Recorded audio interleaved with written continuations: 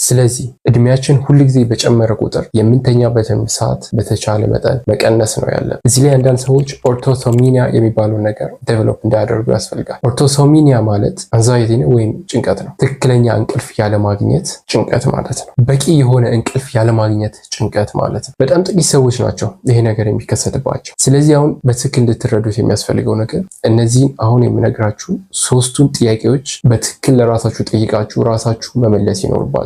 የመጀመሪያው በቀን ውሏችሁ ላይ በቂ የሆነ እረፍት እንዳገኛችሁ ይሰማችኋል ወይ? አዎ ከሆነ ያ የምተኙበት ርዝማኔ ልክ ነው፣ ካልሆነ ግን ልክ አይደለም፣ ማስተካከል ይኖርባችኋል። ሁለተኛ ማታ በመኝታችሁ ላይ ያለ ችግር መተኛት ትችላላችሁ ወይ? ማለት ለመተኛት ጊዜ አይወስድባችሁም ወይ? ሶስተኛ ቀኑን ሙሉ ሳትተኙ መዋል ትችላላችሁ ወይ? ማለት ቀን ላይ እንቅልፍ አያስቸግራችሁም ወይ? እነዚህ ሶስት ጥያቄዎች ለራሳችሁ በትክክል ከመለሳችሁ ለእናንተ የሚሆን በቂ የሆነ የእንቅልፍ ሰዓት ማወቅ ትችላላችሁ። ስለዚህ 6 ሰዓት